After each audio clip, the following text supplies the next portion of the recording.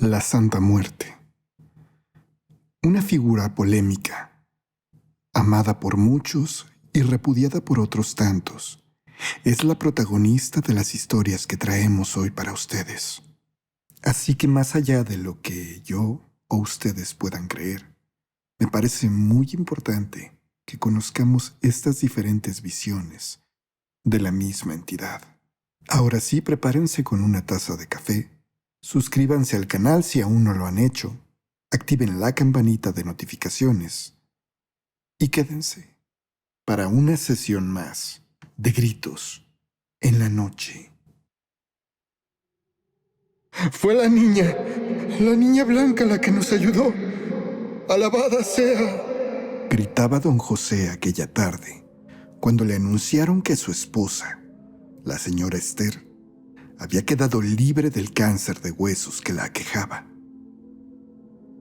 Todos los vecinos los mirábamos sorprendidos. Claro, alegres por la recuperación de nuestra vecina, pero también desconcertados al enterarnos que ellos habían estado pidiendo el favor de su recuperación a la Santa Muerte. Y es que aquellos señores eran sumamente católicos, lejanos y críticos de todas esas expresiones informales de la fe. Pero vamos, supongo que en situaciones desesperadas cometes actos desesperados, ¿no es cierto? Mi vecina hacía apenas unos meses era una señora muy fuerte, llena de vida a pesar de estar ya en sus 70 y tantos años.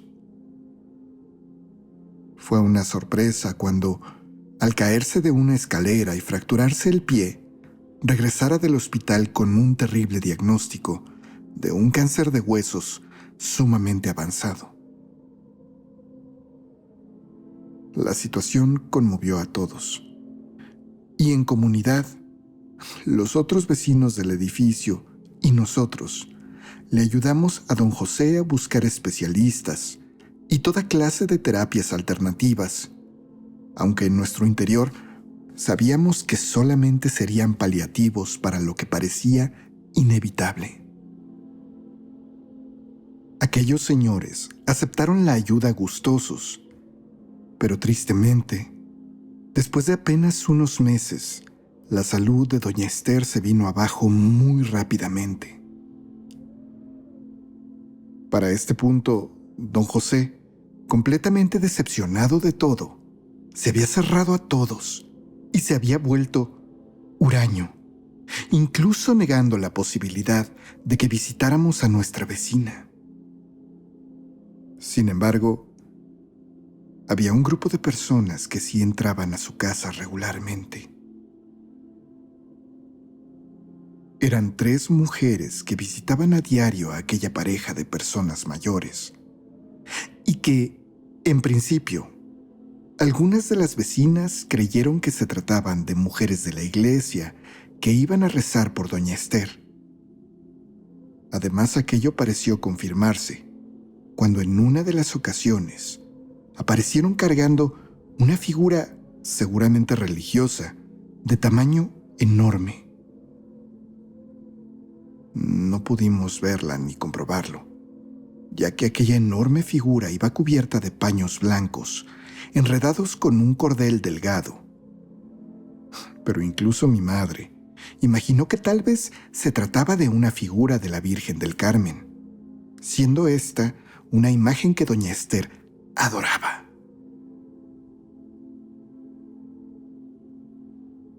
Dejamos de ver a nuestros vecinos. Es decir, sabíamos que estaban bien porque ocasionalmente don José salía a la tienda, pero se había retraído tanto que la convivencia con él era nula. Y en cierta forma, todos aquí lo comprendíamos. Pero lo que nadie llegó a entender fue la sanación de doña Esther. Aquella mujer fue trasladada al hospital por una ambulancia privada y a los 3 días volvió completamente recuperada, llena de una vida que parecía que se le escapaba de las manos apenas unos días atrás. Todos recuerdan esa tarde a don José entrando al edificio, clamando las glorias y milagros de quien les había ayudado. La niña blanca gritaba una y otra vez. Ella había sido su benefactora, la Santa Muerte. Pese a lo raro de aquello, a nadie le afectó eso. Después de todo, la fe mueve montañas, e incluso muchas personas se han sanado solamente con el poder de sus creencias.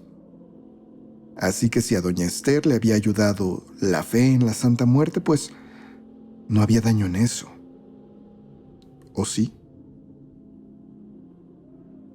Yo tenía 15 años y no entendí muy bien todo en ese momento, pero ahora sé que los favores de la Santa pueden llegar a ser muy costosos. Pasó exactamente un año.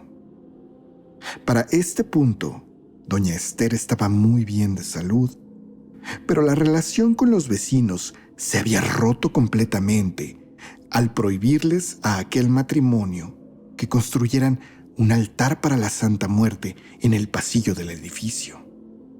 Nadie quería eso. Esas personas eran libres de ejercer sus creencias dentro de su casa, pero no podían modificar la estructura del edificio por una creencia religiosa.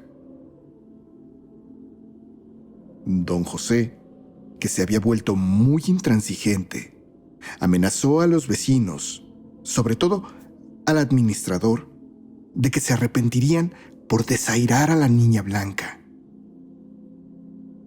Y no lo crean, hubo gente realmente preocupada por aquellas amenazas, pero miren, como les digo, los favores de la niña blanca son caros, y don José no sé qué habría prometido para que su esposa sanara. A pesar de no llevarse ya con nadie en el edificio, una mañana doña Esther salió como loca a buscar a las vecinas. Mi mamá fue una de las que estuvo presente. A don José le ocurría algo. Todas corrieron a su departamento para encontrarse con aquel hombre en cama, completamente cubierto de bolas que parecían tumores por todos lados. No podían ni moverse, ya que aquellas protuberancias parecían ejercer un dolor horrible en él. Por supuesto, se llamó una ambulancia y se llevaron a aquel hombre al hospital. Y repito, había pasado exactamente un año de la recuperación milagrosa de doña Esther. Y esa misma noche estaríamos lamentando la muerte súbita de don José. Al menos médicamente, se estableció que la causa del fallecimiento fue un cáncer de nódulos linfáticos sumamente agresivo. Algo que en realidad hubiera tomado semanas o meses en desarrollarse, pero a aquel hombre se le había manifestado en una sola noche.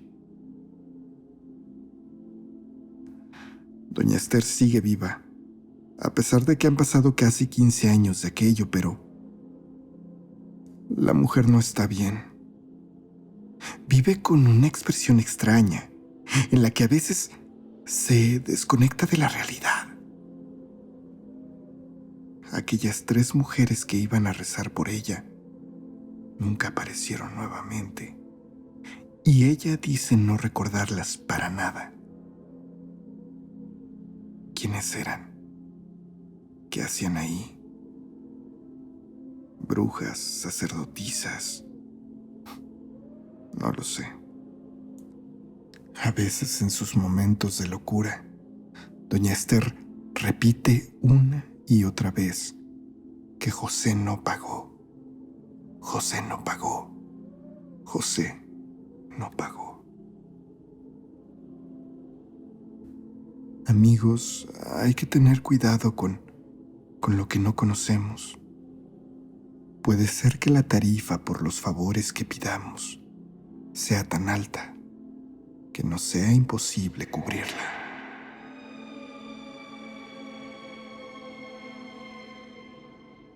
Cuando iba en la secundaria, en el año 2003, a mi familia le fue muy mal. Tuvimos una racha terrible en la que mi papá perdió el trabajo, mi mamá tuvo un accidente que le dañó permanentemente la articulación de una pierna, mi hermana fue diagnosticada con una enfermedad crónica y perdimos a mi abuela. Y su herencia nos fue arrebatada por los hermanos de mi padre.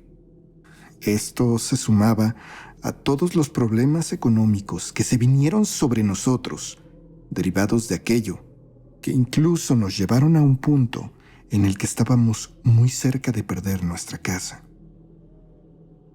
Esa propiedad era todo lo que teníamos, pero con las enfermedades, trámites legales y demás cosas, mis papás habían tomado la decisión de hipotecarla y, bueno, todo se vino abajo y estábamos a punto de quedarnos sin hogar. Era como si una nube negra se hubiera posado sobre nosotros. O bueno, sobre mi familia, porque lo único cierto es que a mí no me había pasado nada extraño. Mis papás trataron de buscar ayuda. Sobre todo se acercaron a mi tía Nora, la hermana de mi mamá, quien, desde hacía unos pocos años, llevaba una vida sumamente acomodada. Pero no encontraron apoyo ahí. Mi tía siempre buscaba pretextos para negarse a extendernos la mano. Y yo sé que no era su obligación, pero era una situación desesperada en verdad. Mis papás nunca se hubieran atrevido a pedirle nada que no necesitaran. Sobre todo mi padre, que bueno, no llevaba una buena relación con ella. Lo que les contaré a continuación fue de las cosas más aleatorias que pudieron pasarnos. Supongo que fue una obra de Dios el hecho de que todo ocurriera justo en la forma en que pasó. Yo estudiaba en un colegio religioso. No era el mejor estudiante, pero sí era muy bueno. Así que cuando mi mamá avisó que me darían de baja por los problemas económicos que atravesábamos, aquella organización se negó y nos ofreció una beca completa para continuar en el colegio. Ahí, durante ese periodo oscuro, llegó un niño nuevo a mi salón. Pronto él y yo nos hicimos amigos, y una tarde me invitó a su fiesta de cumpleaños. Mamá estaba reacia a dejarme ir, ya que no teníamos dinero para comprar regalos. Aunque al final, una tarde mientras me recogía, la mamá de mi amigo la convenció de que me llevara. Yo ansiaba también ir a esa fiesta. Quería despejarme, relajarme un poco de toda la tensión que había en mi casa y de lo estresante que habían sido las noches para mí. Como les digo, yo no había sufrido ninguna desgracia. Sin embargo, llevaba días interrumpiendo mi sueño, despertándome de madrugada con una sensación extraña. Sentía una presión en el pecho y comenzaba a ponerme muy nervioso, hasta tal punto que me hacía levantarme de la cama. Todas y cada una de las veces sentía lo mismo, y después surgía en mí la necesidad imperante de asomarme por la ventana, como si ver a la calle fuera a relajarme de aquello que ahora pienso parecía un ataque de ansiedad. Cada una de esas veces me encontraba con algo horrible. Al mover las cortinas para ver hacia la calle, podía ver afuera, en la jardinera frente a mi casa, una figura negra, muy alta, como si una persona cubierta con un manto muy oscuro estuviera parada debajo del enorme árbol de naranjas que estaba justo en la acera. Siempre esa visión me daba mucho miedo, pero por alguna razón me era imposible dejar de verla, hasta que en algún punto, con un parpadeo, aquella enorme cosa negra desaparecía. Aquello me tenía agotado, y esa tarde, la tarde de la fiesta, llegué con unas ojeras enormes que nunca en la vida he vuelto a tener. Era una de mis primeras fiestas como adolescente. Mi mamá me dejó ahí diciendo que pasaría por mí en unas horas, pero la mamá de mi amigo le insistió muchísimo en que pasara un momento a tomarse un vaso de agua fresca antes de retirarse. Mi mamá, por supuesto, tan apenada como estaba, en principio se negó, pero después pensó que era mejor aceptar e irse de ahí tan rápido como pudiera.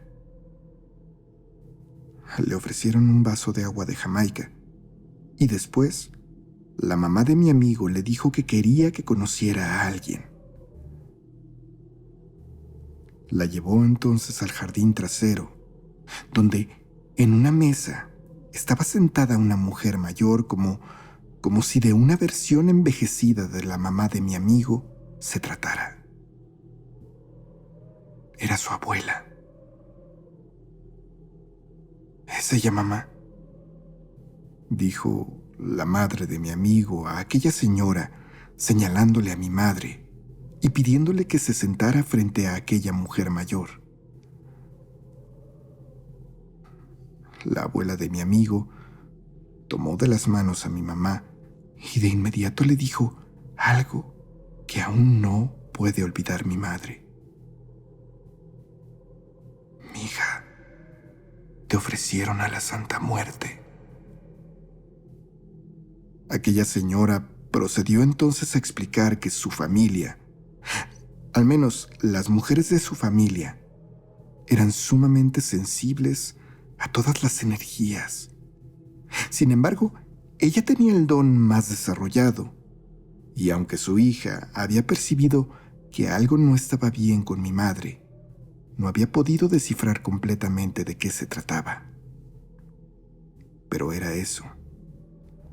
Según ella, todas las desgracias recientes en mi familia se debían a un ofrecimiento a la Santa Muerte, por celos. Le indicó entonces que buscara algo extraño, algún objeto en la jardinera afuera de nuestra casa, y que encontrara lo que encontrara, lo bañara con agua bendita y lo fuera a enterrar en una iglesia que tuviera panteón. Mi mamá estaba muy desconcertada, pero de algún modo sintió que aquello era cierto. Me dejó entonces ahí y fue de regreso a la casa, donde excavó en aquella jardinera, aquella que estaba debajo del árbol de naranjas. Quitó muchísima tierra y estaba a punto de darse por vencida cuando de pronto encontró lo que buscaba. Envuelta en paño blanco estaba una pequeña figura de la Santa Muerte. Amarrada a su cuerpo tenía una foto de nosotros, de mi familia. Mamá entonces se la mostró a mi padre, que hasta ese momento la miraba como una loca, y le contó lo que le habían dicho. Créanme que mis papás no estaban acostumbrados a creer en esas cosas. Sin embargo, con esa evidencia ahí frente a ellos, hicieron lo que la abuela de mi amigo les pidió y fueron a enterrar aquella cosa a una pequeña iglesia con panteón en un pueblo que hoy en día está enclavado en la ciudad. Cuando me fueron a recoger a la fiesta, Mi mamá le comentó a la señora aquella que sí, desafortunadamente tenía razón. La abuela de mi amigo solamente les dio un abrazo y les dijo que pronto se enterarían quién había hecho todo aquello, porque la desgracia le caería encima. La gente tiene motivos muy extraños para hacer ese tipo de cosas. Supongo que sí, en verdad fueron los celos los que motivaron todo en esta historia. Tan pronto como la semana siguiente, mi tía Nora estaba siendo aprendida por fraude. Decían que mi papá siempre estuvo enamorado de mi madre, pero mi tía Nora durante algún tiempo estuvo empeñada en separarlos, argumentando simplemente que, a su parecer, ella sería una mejor novia para él. Nunca lo logró y mi papá la rechazó en múltiples ocasiones, haciendo que el trato entre ellos se volviera muy ríspido durante todos los años siguientes. Fue tal vez ese resentimiento que ella guardó lo que en algún momento, cuando encontró una cierta corriente religiosa que se amoldaba a su forma de ser, le hizo creer que sería muy fácil destruirnos. Y hubiera sido fácil, de no haber sido por las extrañas coincidencias que tuvo la vida para nosotros. Que un niño nuevo llegara a mi escuela, que yo me hiciera su amigo y bueno, ya saben todo lo demás. Lo único que no saben es que, según la abuela de mi amigo, yo estaba protegido por un ángel y por eso las calamidades nunca me alcanzaron. Me gusta creer que es así. Me gusta creer que tal vez es mi abuela o, no lo sé, alguien más que vela por mi seguridad. Ojalá no me equivoque. Y ojalá siempre me cuiden.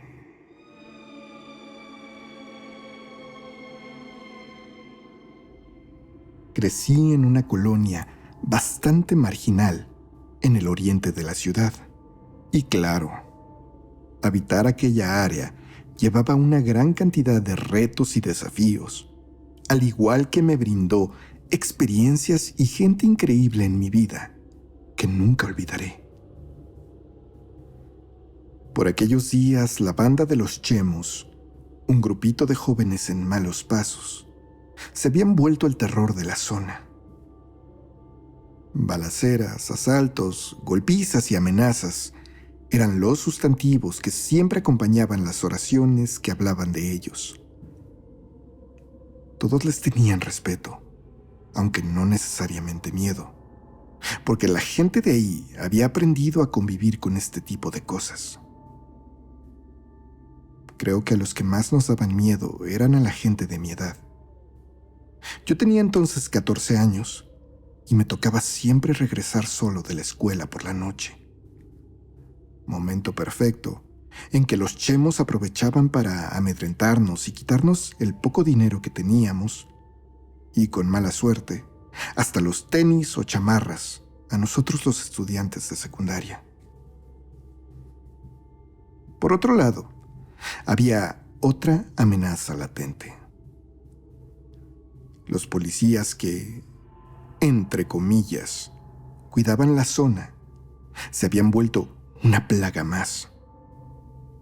Detenían constantemente a los chemos, pero no para realmente presentarlos ante la justicia, sino para arrebatarles sus cosas y obtener jugosos sobornos de ellos. El problema es que como esa técnica les había funcionado, ahora no era raro que detuvieran aleatoriamente a jóvenes y les sembraran algún estupefaciente en sus mochilas, con el fin de pedir sobornos a sus familias para no llevarlos a la delegación. Ya le había pasado a mi amigo Mauricio, y yo siempre tenía miedo de que me ocurriera. Por supuesto, esas dos cosas aterraban a mi madre, pero no había mucho que hacer.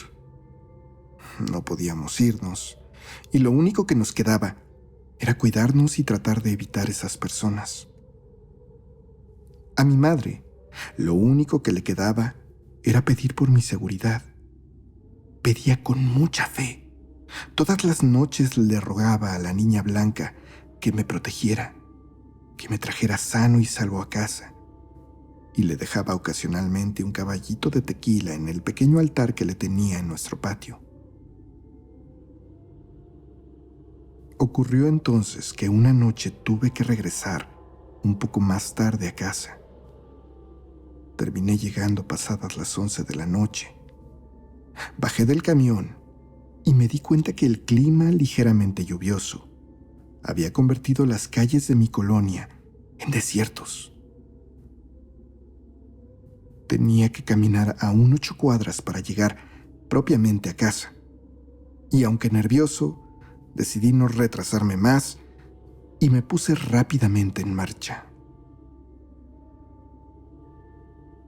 Todo fue tranquilo las primeras cuadras, hasta un cierto punto donde ya no pude avanzar más. Subiendo una pequeña calle inclinada, se veían reunidos los chemos, al menos varios de ellos. Me quedé quieto un segundo, pero entonces me di cuenta que no podía solamente detenerme ahí.